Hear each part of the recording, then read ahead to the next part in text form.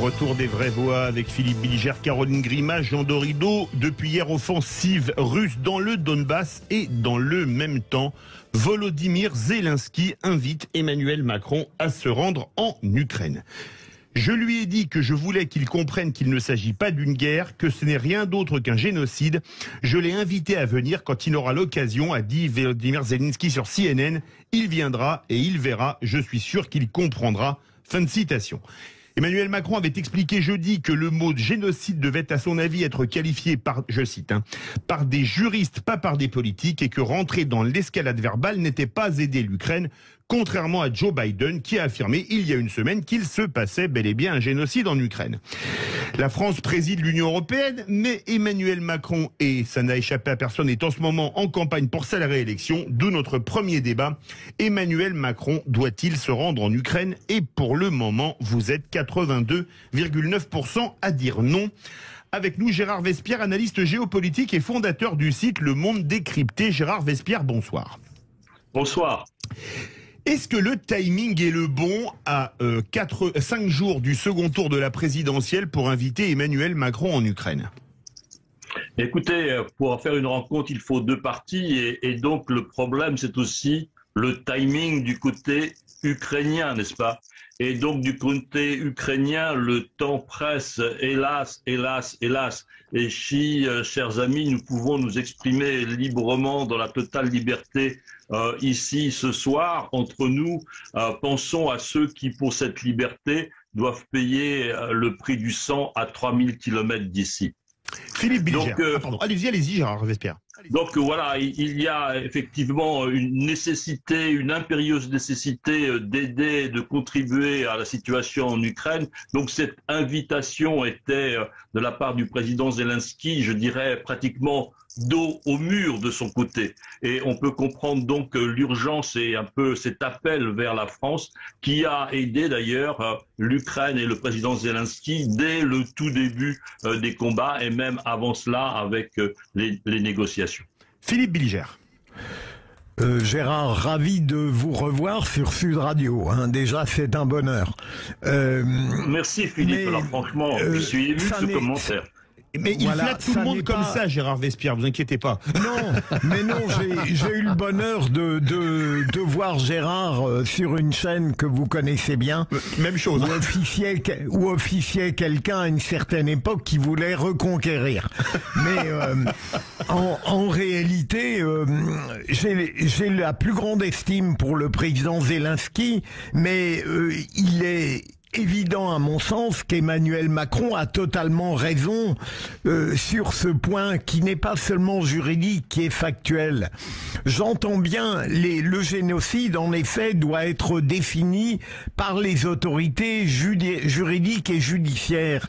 On pourrait à la rigueur, mais je ne crois pas que ce soit encore le cas en Ukraine, dire qu'on a une amorce de génocide à partir du moment où il y aurait une industrialisation de la mort en tous les points du territoire, mais à ma connaissance, mais je ne peux pas dire que je sois le grand spécialiste de cette guerre, eh bien, ça n'est pas le cas.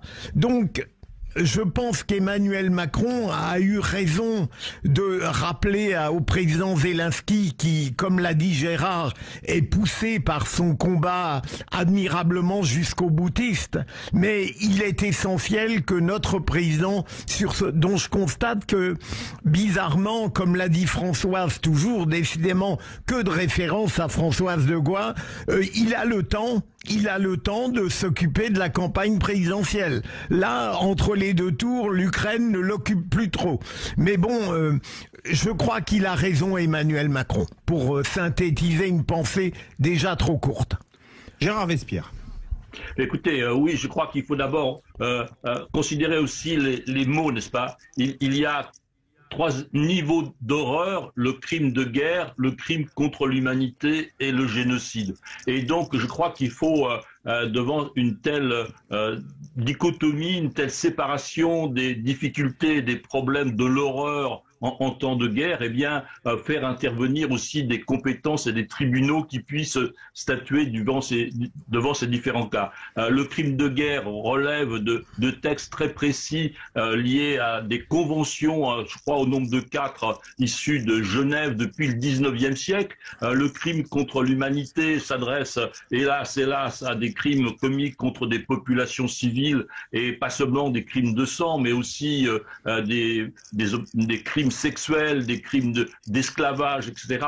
Donc sur des populations civiles. Et puis, troisièmement, vous avez effectivement l'horreur de l'horreur, qui est le génocide, à savoir l'ensemble de ces opérations, mais menées avec l'esprit méthodique que nous avons hélas croisé il y a quelques dizaines d'années, que ce soit du côté de l'Union soviétique ou du côté de l'Allemagne nazie. Donc voilà, il y a cette codification, et je crois que pour le moment, il faut laisser les arbitrages juridiques opérer, mais le président Macron, pris, comme l'a dit Philippe, dans ses obligations à court terme, et encore pour quelque temps après avec les législatives, a difficilement la possibilité de se rendre en Ukraine, si tant est d'ailleurs que la situation, troisièmement, militaire en Ukraine dans les prochains jours puisse permettre une telle visite. Caroline Grima. Oui, alors forcément, l'interpellation militaire initiale de Zelensky n'ayant pas eu les effets escomptés, il joue son va-tout, ce président, et on voit la force avec laquelle il met toute son énergie dans la bataille, mais il oppose la force des images et on lui rétorque des concepts, on lui rétorque des mots, mais qui ont un sens. Et il est normal, pour le coup, qu'Emmanuel Macron ait pris la précaution de rappeler ces concepts, ces notions juridiques, comme ils viennent d'être rappelés. C'est extrêmement important, au-delà de la bataille de communication, ce qui est parfaitement normal, encore une fois, que le président Zelensky interpelle ses différents interlocuteurs européens sur l'horreur de ce qui est en train de se passer là-bas, est absolument fondamental. Mais je pense qu'on gagnerait à faire intervenir une autorité indépendante pour constater effectivement ce qui se passe là-bas et en référer à la Cour pénale internationale, qui est d'ailleurs déjà saisie depuis le mois de mars de crimes de guerre, si je ne dis pas de bêtises, et pour voir si effectivement cette constatation de génocide, qui encore une fois repose sur une définition extrêmement précise, peut recevoir application en l'espèce. Mais la précaution qui a été prise par Emmanuel Macron me semble parfaitement justifiée en l'espèce. Gérard Vespierre. Écoutez, oui, je crois qu'il y a effectivement une méthode d'analyse à suivre dans cette situation épouvantable et sanguinaire que vit l'Ukraine. Et je pense que le président Macron a bien fait de prendre cette distance et d'avoir cet esprit de méthode en disant ce n'est pas effectivement forcément le bon moment, ce n'est pas forcément la bonne appellation, et donc laissons cela à des tribunaux le soin de trancher, tout en utilisant aussi les ressources de notre pays pour aider l'Ukraine, n'est-ce pas? La France continue à envoyer des armements pour que l'Ukraine puisse défendre cette liberté pour laquelle elle veut vraiment aller vers l'Europe et vers l'OTAN aussi. Parce que n'oublions pas que si l'Ukraine n'avait pas rendu ses armes nucléaires en 1994, l'Ukraine ne serait pas envahie. N'oublions pas que si la Russie respectait sa signature, car elle était signataire de ces accords de 94, eh bien, elle n'aurait jamais dû envahir l'Ukraine. Donc, il y a effectivement tous ces correctifs à apporter à l'histoire politique contemporaine, mais maintenant que nous sommes dans le sang, eh bien, il faut effectivement que des jugements puissent être rendus dans les prochaines semaines, dans les prochains mois et dans les prochaines années. À l'évidence, l'expression génocide nous emmène jusqu'au responsable suprême de cette opération, c'est-à-dire Vladimir Poutine. Jean Dorido. Oui, non, j'aurais une question pour Gérard Vespierre, parce que Bien sûr que ce terme, effectivement, génocide, il est extrêmement lourd d'une part, et puis effectivement très très codifié d'autre part. Je vous ai bien sûr entendu évoquer la Shoah, on se souvient bien sûr également du Rwanda. Il me semble de mémoire qu'en Bosnie, la question du génocide a été soulevée. Toutefois, je m'étonne, je vous entends évoquer l'Union soviétique et j'aimerais savoir ce que vous entendez par là, parce que je n'ai pas le sentiment, à tort ou à raison, que l'Union soviétique ou des dirigeants soviétiques aient été accusés de génocide ou de crimes contre l'humanité. Je n'ai pas...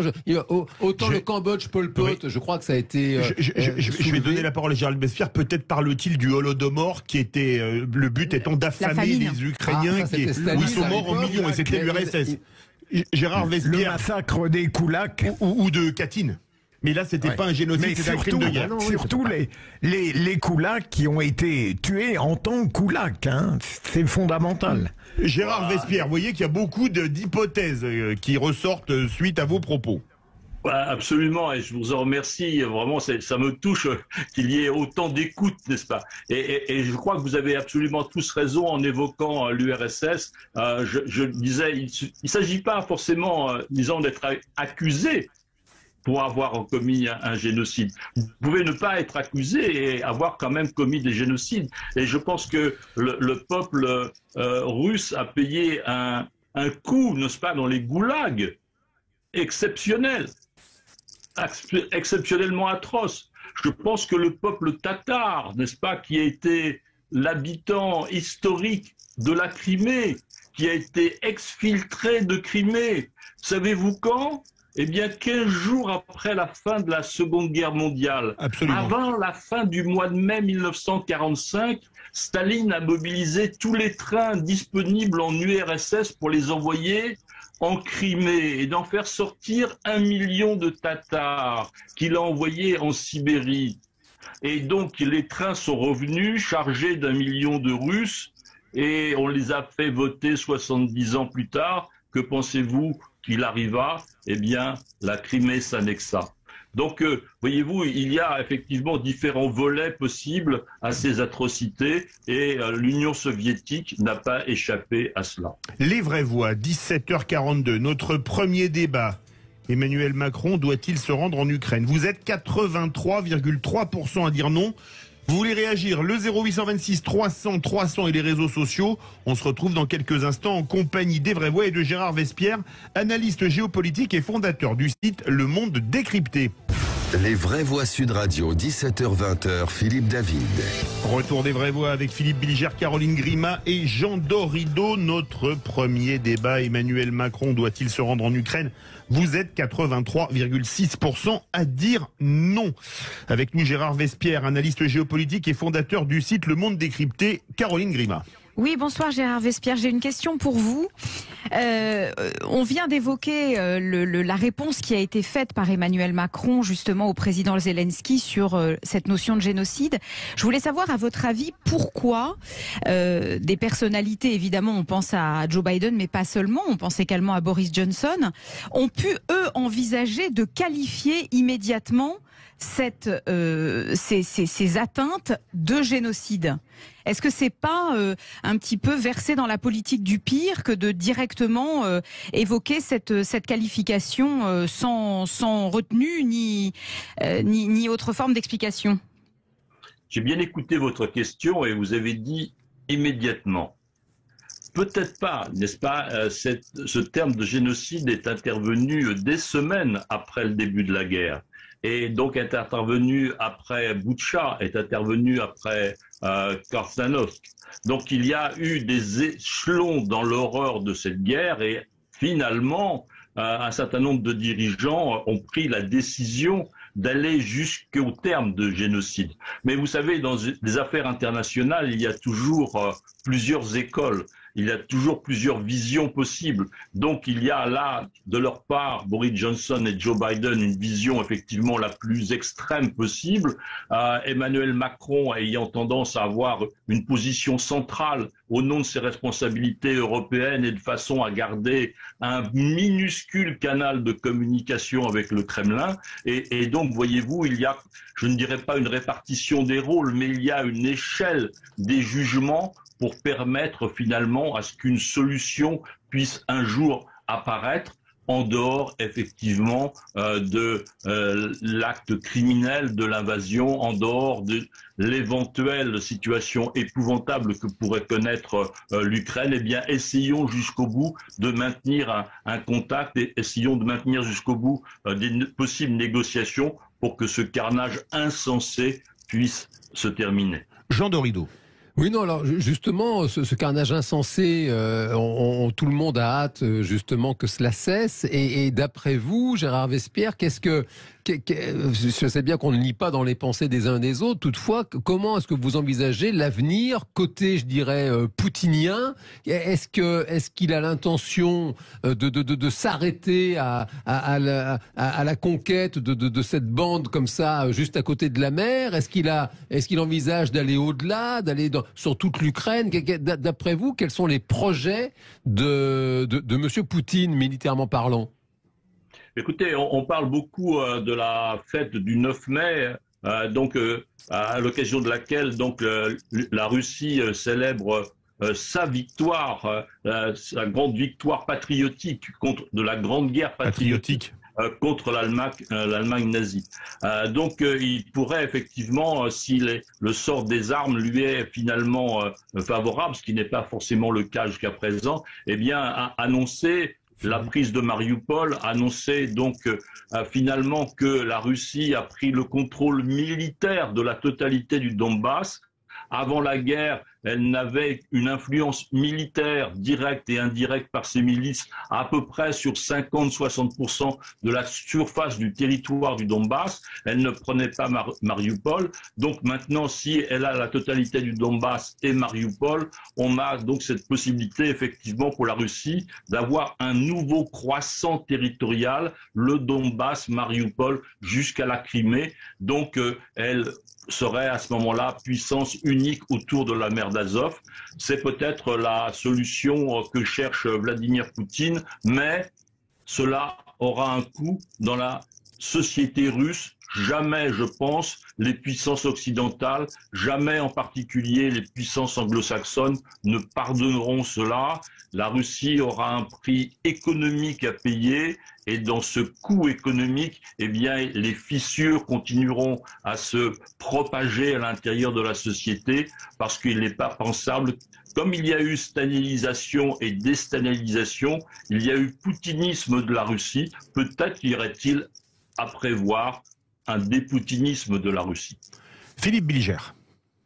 Je suis frappé de voir qu'en dehors d'Emmanuel Macron, qui cherche à garder une position à la fois juridique et centrale, il y a bizarrement un point commun, mais pour le meilleur et pour le pire de l'autre côté, entre Zelensky et Poutine. Zelensky, je l'ai dit tout à l'heure, est dans un jusqu'au boutisme admirable et il ne peut pas tolérer qu'on refuse la qualification de génocide. Et de l'autre côté, au risque de faire une psychanalyse historique et politique de bazar, je me demande si cette accusation de génocide ne glisse pas sur Poutine comme beaucoup de massacres avant et qu'au fond, s'il n'est pas un tout petit peu fier de cette immensité de ce paroxysme dans l'horreur. En tout cas, il me semble relativement indifférent à tout ce qui peut venir le stigmatiser sur l'échelle juridique et de l'horreur absolue.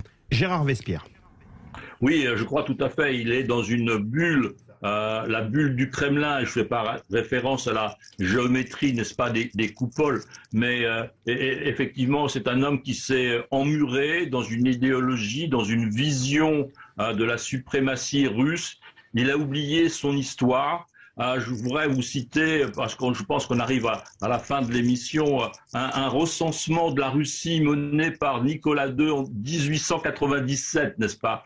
Eh bien, dans ce recensement, on demandait aux 123 millions de Russes quelle était leur langue maternelle.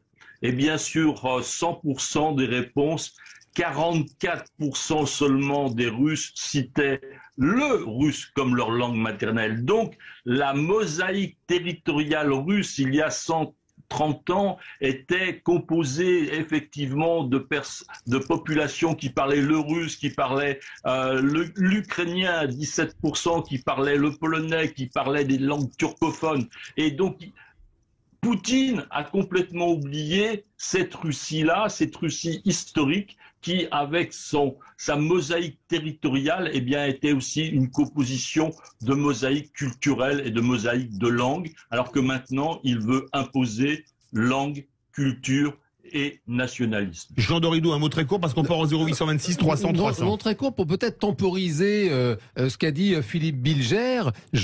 Temporiser, voilà, tout ce qu'on peut. C'est que, enfin, je partage pas ce point de vue dans la mesure où il ne faudrait pas que ça sache que la question du génocide est envisagée. Il faudrait pas que ça sache en Russie, parce que les Russes aujourd'hui, bien sûr, ils sont sous une espèce de propagande inouïe comme ça. Donc ils ont vraiment le sentiment, la population russe a vraiment le sentiment que la Russie est menacée par l'Ukraine, et c'est ça finalement qui fait que Poutine n'est pas encore chassé du Kremlin, parce que dans l'idéologie russe, dans la mentalité russe, c'est vraiment la guerre, elle est juste quand il s'agit de se défendre. Le grand roman russe, c'est quand même Guerre et paix de Tolstoï, et c'est vraiment la défense de la Russie qui est juste. Pareil pour la guerre patriotique dont la victoire s'est célébrée le 9 mai. C'est le lot de la Deuxième Guerre mondiale pour les Russes, pour les Soviétiques. Si d'aventure la population russe, le peuple russe comprend les horreurs qui sont en train de se produire en Ukraine, là, il me semble que tout dictateur qu'il est, ça ne sera pas très très bon pour Monsieur Poutine, qui d'ailleurs, paraît-il, a une vieille angoisse. Sa hantise, c'est ce qui s'est passé pour Kadhafi, et il a cette espèce d'image qui le hante, et il ne voudrait pas finir comme lui. Je cours Gérard Vespierre parce qu'on part au 0826 300 300. On a un Gérard en ligne d'ailleurs. Écoutez, je pense qu'effectivement, il y aura des comptes à rendre vis-à-vis de Vladimir Poutine, parce que si on interroge les Russes actuellement avec un micro à la main, ce sont pas les Russes qui répondent, n'est-ce pas? Ce sont les éléments de langage du système au pouvoir. C'est la propagande Staffel qui répond. Ce ne sont pas les Russes, parce qu'ils n'ont qu'un discours qu'ils l'entendent. On part au 0826 300 300, direction Marseille. Bonsoir Gérard. Bonsoir à tout le monde. Bonsoir Gérard. Nous vous écoutons. Bienvenue dans les vraies voix de Sud Radio. Voilà, d'accord. Je pense que le président Macron a raison de ne pas y aller vu la situation telle qu'elle est, parce qu'il s'engagerait à pas mal de choses. Et je pense que votre intervenant spécialiste de la géopolitique, il y a Gérard beaucoup Vespierre. Voilà, il a beaucoup de zones d'ombre, et il oublie pas mal de choses. Et pour un analyste, il devrait aller plonger un peu plus loin, parce que Poutine, c'est vrai que pour moi, c'est un fou. C'est lui qui a déclaré la guerre, mais personne ne met le doigt sur est-ce que les Américains ne sont pas à l'origine de ça? Parce que depuis 1949, les Américains cherchent à venir s'installer en dessus de l'Allemagne et au centre de l'Europe. Alors, ma foi, je ne sais pas quel jeu il joue. C'est peut-être pas 49, je pense que c'est la théorie de Zbigniew Brzezinski, un théoricien américain qui parlait de containment, c'est-à-dire d'encercler les pays à comment. Donc c'est pas 49, c'est 72 de mémoire, la théorie de Brzezinski.